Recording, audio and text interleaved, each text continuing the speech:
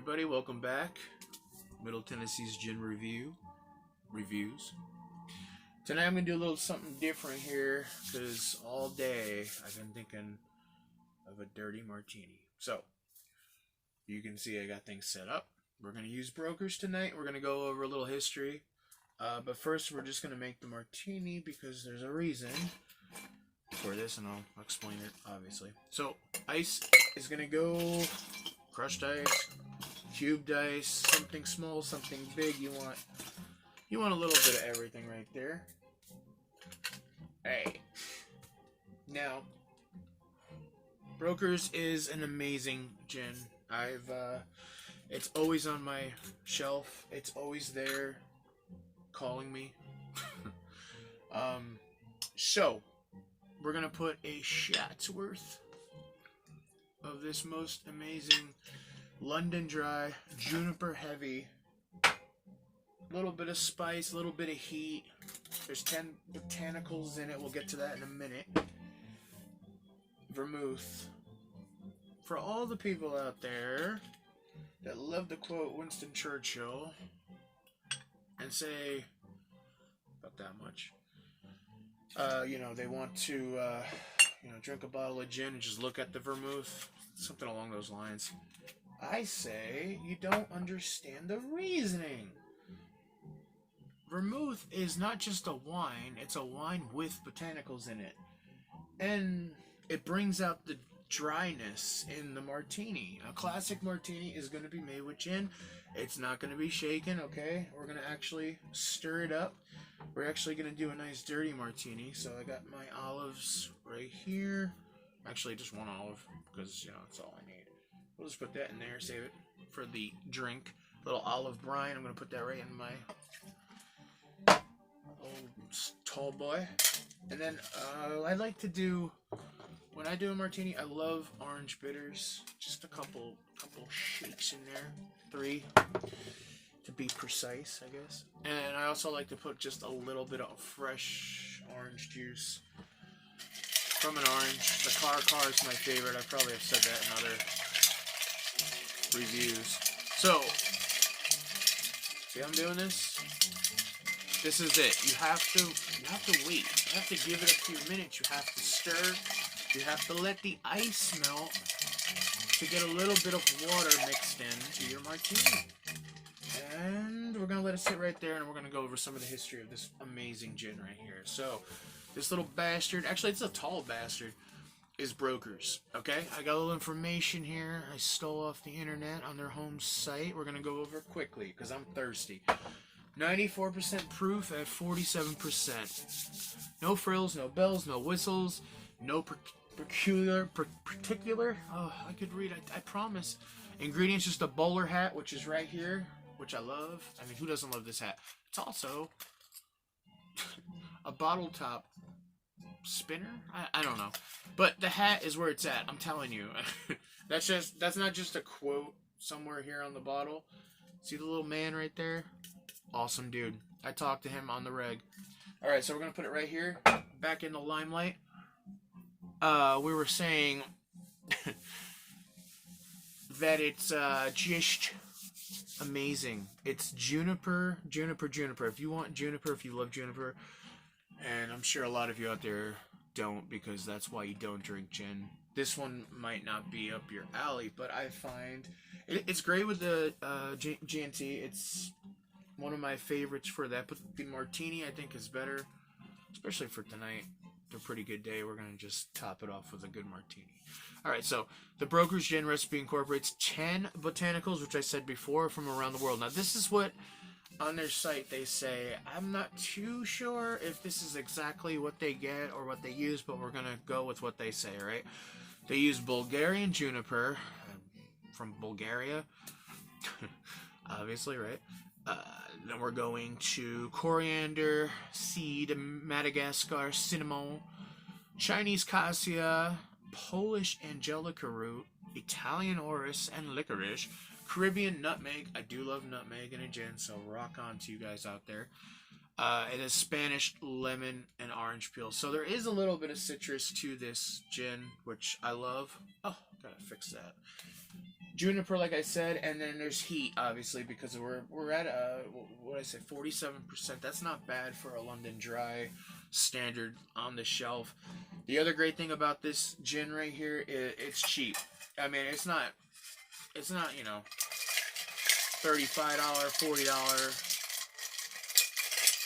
$40 ridiculously priced small batch copper still kind of gin.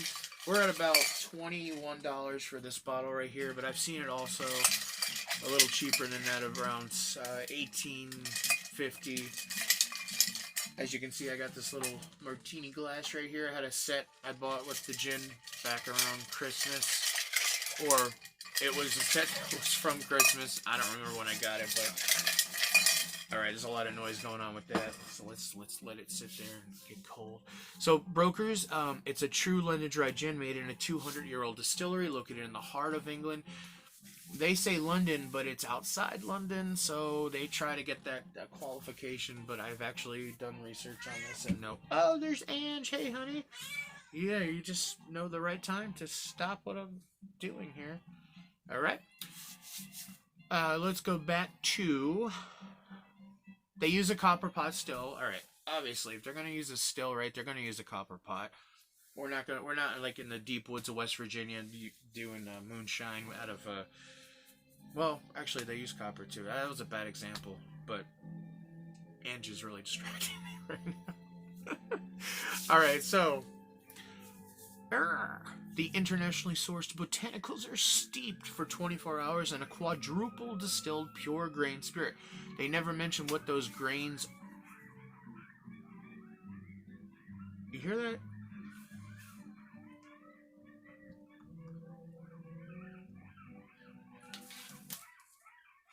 Okay.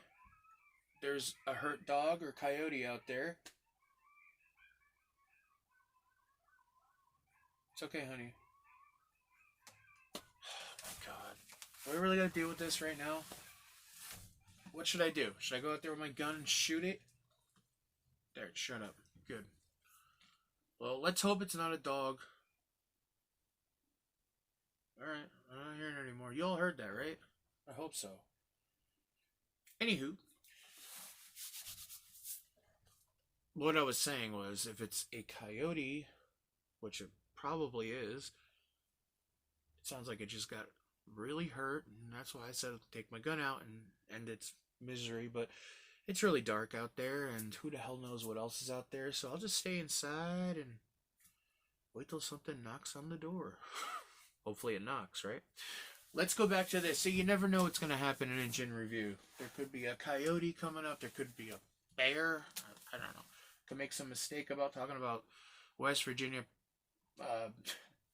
moonshine stills that are not copper, but they are. So, yeah. All right. Martini's still down there. Don't worry. Trust me, sir.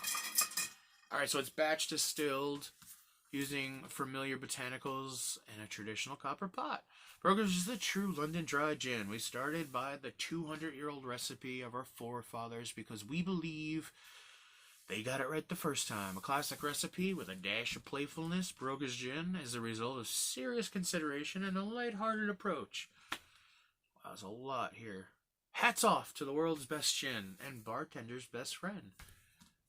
It is versatile, I gotta say that. I've made every drink there is known to us, I guess, with gin, and pretty much every drink that I've made with it, it stands out or just about does what you want it to do. Alright, so our martini is ready. I could feel it with the spoon that the ice is mostly melted. You know, I never do this. Well, I do a lot actually, but I am going to... We're going to go right into this olive juice brine here. You know what? Let's do it this way. Well, you can't see what I'm doing right now, but trust me, I'm putting it right into my martini glass. And I'm still listening out for that coyote or dog. Because shockingly, that's not the first time I've heard that here. You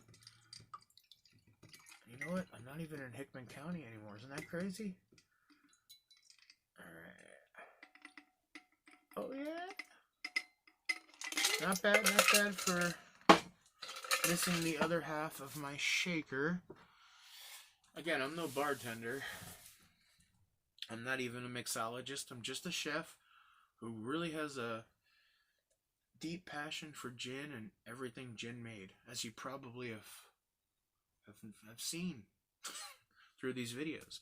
Alright, so cheers to you. Salute.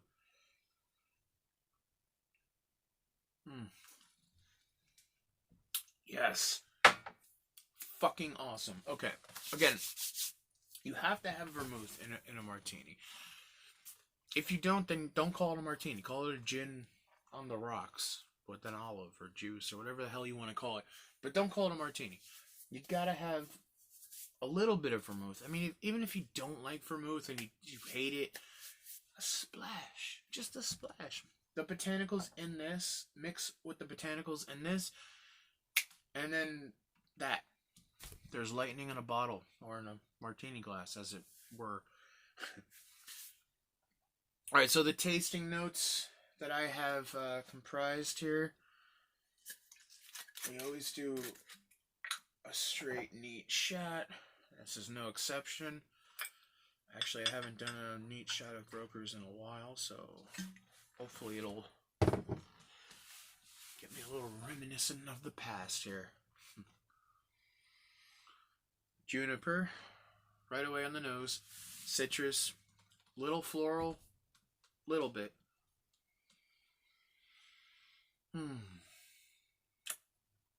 It smells like a gin should smell. It's not Pine Sol. It's not your old grandfather's cologne in the Avon bottle. It's not that. It's not. It's not what bad gin is. This is actually a decent gin for the price, for what they're trying to do. I mean, there's numerous awards on the bottle. I only know of maybe 3 or 4 of the awards that are on the bottle, and there's about 6. So rock on, Brokers. You got a lot there. Let's do this shot before I talk myself into a coma here.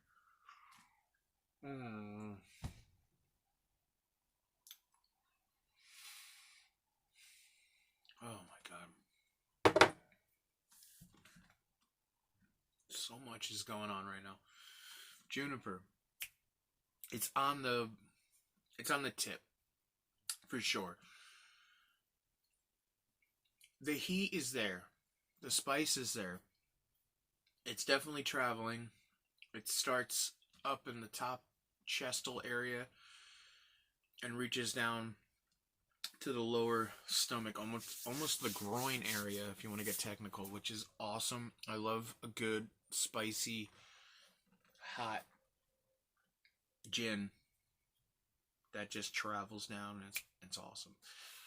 It's nicely balanced. It's slightly sweet, but not too sweet. The fruit note of the citrus is pronounced more, as the nose part of the citrus, it's there, but the taste definitely brings it out. That's why I love putting a little citrus in a martini. I love that back end citrus. You know what? The juniper is coming back again. This gin is so heavy in juniper, but it's not a bad juniper. There's a hint of juniper before the citrus, and then the citrus, and then the juniper again, if that makes sense. I mean, you have to get a bottle and try it yourself. This martini, though, I'm telling you, it's just what I needed for today. My mother loves martinis. Ma, I'm talking about you. And thinking about you tonight, so salute to you. Gotta salute one more time, right? Alright, well, that's about all I got here. I'm just going to enjoy the hell out of this and probably make another right after. Call it a night. Oh yeah, look at that. You can see. I mean, it's not too slosh yet, but It will get there. It's definitely a good try. If you have 15, 20 bucks to throw down on a gin, do it. Get this one. You won't go wrong. Remember, though, you get a little hat with it, too. I mean, how cool is that? Look at this hat. Wait, I always forget where the camera is. Right there. See? It's a little bowler hat. There's other things you could do with this hat. I don't know offhand, but I'm sure you creative people out there with all your quarantine time could come up with it. Alright? Well, anyway, salute. Here's to today, to tonight, to tomorrow. Have a martini the right way. With gin. And a little vermouth, alright? Take it from me. You just want to try it. Put it there. Chill it down. Make sure you stir it. Let the ice melt into it because you need a little bit of that water. And enjoy. And try, at the end, you get a little olive treat. Don't you love it when there's food with your drink? Snacks? Alright, guys. I'll see you next time. I'll update you on that coyote situation. Whenever the sun comes up. Salute.